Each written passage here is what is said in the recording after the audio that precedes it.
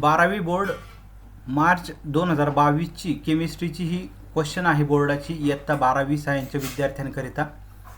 तर ही जी काही question paper आहे तर यामध्ये आपण आज क्वेश्चन पेपर बघणार आहोत आणि त्यानंतर त्याचे जे काही आन्सर की आहे, मग MCQ असेल किंवा section A, section B, section C, section D, त्याचे सर्व उत्तरं जे आहे आन्सरचं ॲनालिसिस ही आपण पुढच्या व्हिडिओमध्ये बघणार आहोत. आता फक्त क्वेश्चन पेपर बघणार आहे. त्यावरती काही जे काही टिकमार्क वगैरे केलेले ते काही फायनल आन्सर नाही आहे. ते जे काही विद्यार्थ्यांकडून टिकमार्क करण्यात आलेले आहे ते त्या विद्यार्थ्यांनी टिकमार्क केलेले, ते काही फायनल आन्सर नाही आहे. त्याच्यामुळे फक्त क्वेश्चन पेपर विद्यार्थ्यांना मिळावी या हेतूने आपण ही माहिती बघतोय. पुढचे जे काही विद्यार्थी असणार आहे की ज्यांना 2022ची मार्च 2022ची क्वेश्चन पेपर केमिस्ट्रीची जर पाहिजे असेल तर त्याकरिता त्यांना ही उपयुक्त होऊ शकते पुढं, तर त्याकरिता आपण ही क्वेश्चन पेपर फक्त बघतोय. या ठिकाणी जनरल इन्स्ट्रक्शन हे सर्वांनाच आता माहिती आहे. Section A, section B, section C, section D, त्यानंतर सुरुवातीला काही इन्स्ट्रक्शन या दिलेल्या असतात. त्यानंतर पुढचं जे आपण बघणार आहोत सेक्शन ए, या ठिकाणी मल्टिपल चॉईस क्वेश्चन आहे. 10 MCQ 10 मार्क्ससाठी असणारे. पहिला MCQ या पद्धतीने आहे, त्याचे 4 हे ऑप्शन होते. दुसरा सेकंड MCQ आहे, त्याचे हे 4 ऑप्शन होते. आता करेक्ट आन्सर कोणतं आहे, आता हे काही विद्यार्थ्यांनी ते टिकमार्क केलेले, आपण ती फक्त माहिती आपण या ठिकाणी बघतोय. करेक्ट आन्सर आपण पुढच्या व्हिडिओमध्ये बघणार आहोत, कारण आता सर्वच क्वेश्चन पेपर जर सॉल्व करायला गेलं तर खूप वेळ होईल.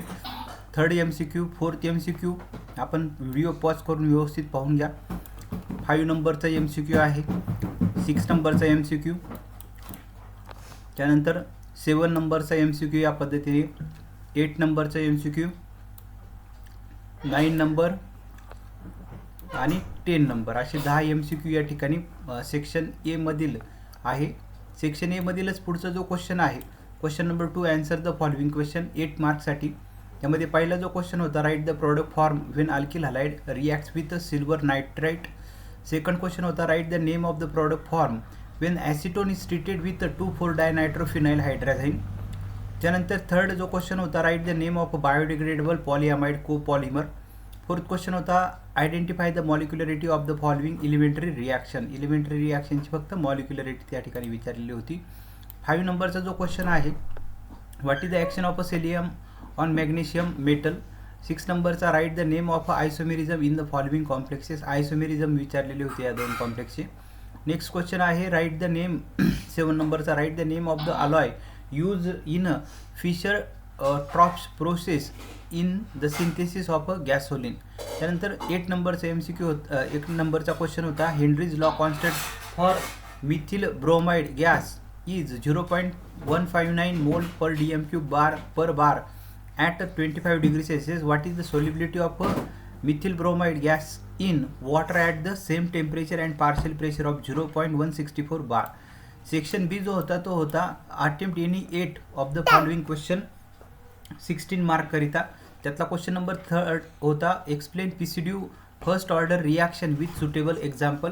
क्वेश्चन नंबर 4 आहे, write the consequences of Schottky defect with reason. Question number 5, what is the action of the following on ethyl bromide. त्यातला पहिली रिॲक्शन होती सोडियम इन ड्राय इथर आणि दुसरी होती magnesium in dry ether. Question number 6 होता, explain formation of a peptide linkage in protein with an example. Question number 7, derive an expression to calculate molar mass of a non volatile solute by osmotic pressure measurement. Question number 8, explain monodentate and ambidentate ligand with example. Question number 9, explain the trend in the following atomic properties of group 16 element. त्या 4 property विचारलेल्या होत्या. अत्यंत साधा सोपा question होता, general नॉलेजचा question आहे हा केमिस्ट्रीतील.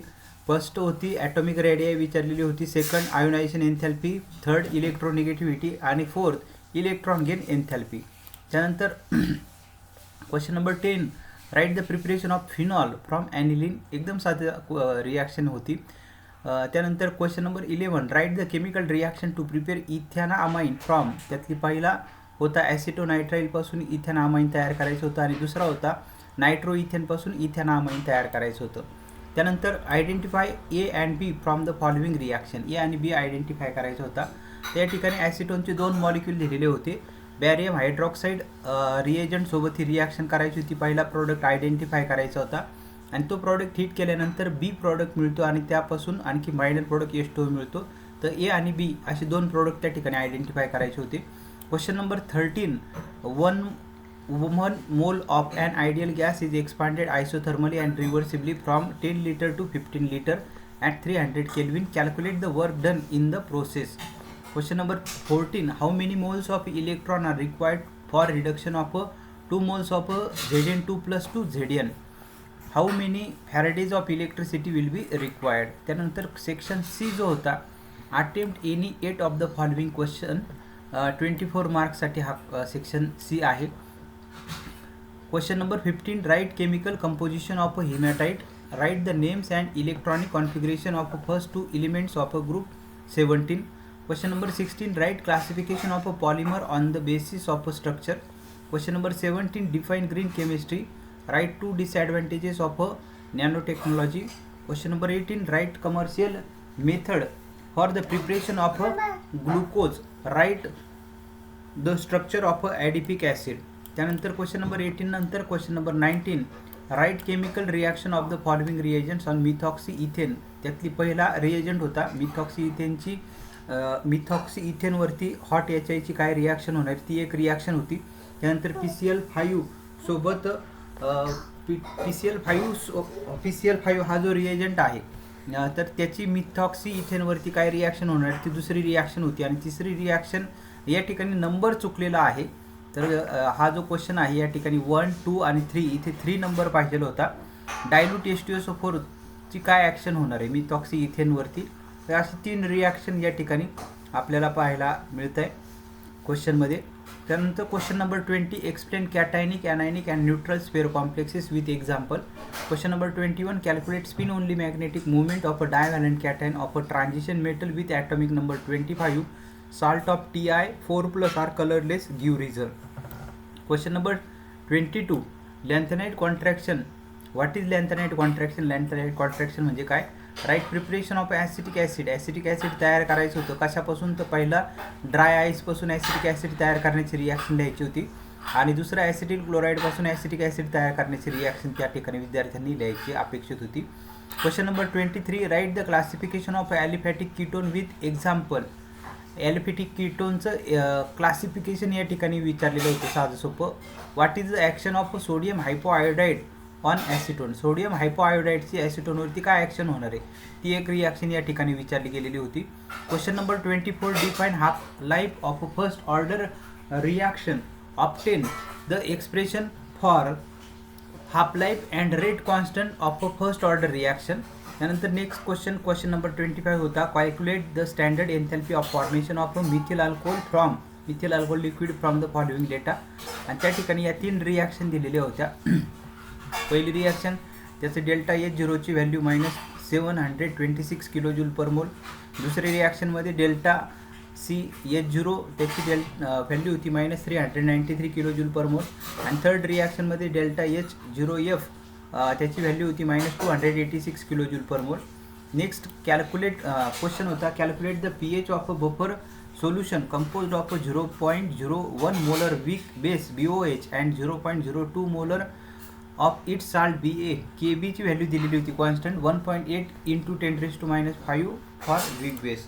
त्यानंतर सेक्शन डी जो आहे, attempt any 3 of the following question 12 mark करिता होता. क्वेश्चन नंबर 27 त्या ठिकाणी होता, डिफाईन द फॉलोइंग टर्म. पहिली टर्म होती डेफिनेशन विचारलेली होती आयसोटोनिक सोल्युशनची आणि दुसरी डेफिनेशन होती ऑस्मोसिसची डेफिनेशन त्या ठिकाणी विद्यार्थ्यांनी लिहिणे अपेक्षित होतं.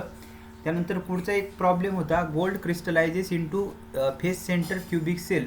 The edge length of a unit cell is 4.08 × 10⁻8 centimetre. Calculate the density of a gold. Molar mass of a gold is 197 gram per mole. ज्यांचा सॉलिड स्टेटचा प्रॉब्लेमचे व्यवस्थित जर फॉर्म्युले तोंडपाठ करून ठेवलेला असेल तर निश्चित त्या ठिकाणी विद्यार्थ्यांना हा प्रॉब्लेम सोडवता आला असेल.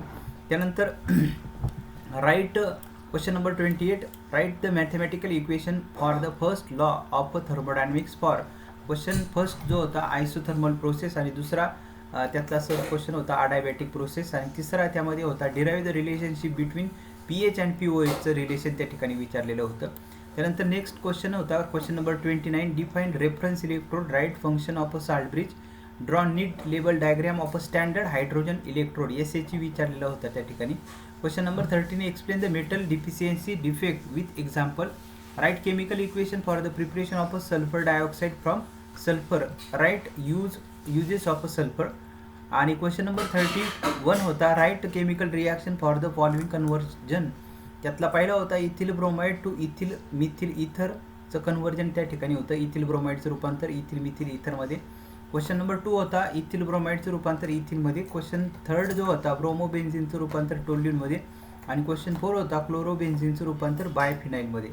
असं पूर्ण क्वेश्चन पेपर होती ही बोर्डाची मार्च 2022ची. तर यापुढं ज्या विद्यार्थ्यांना मार्च 2022ची क्वेश्चन पेपर पाहिजे तर त्या संदर्भात सहज अवेलेबल होईल अशी क्वेश्चन पेपर आपण या ठिकाणी विद्यार्थ्यांकरता ही पुढच्या विद्यार्थ्यांकरता अवेलेबल करून दिलेली आहे. याचे क्वेश्चन चे आन्सर जे आहे MCQ किंवा इतर जे काही क्वेश्चन आहे section A, section B, section C, section D त्याची देखील माहिती आपण लवकरच पुढं बघणार आहोत.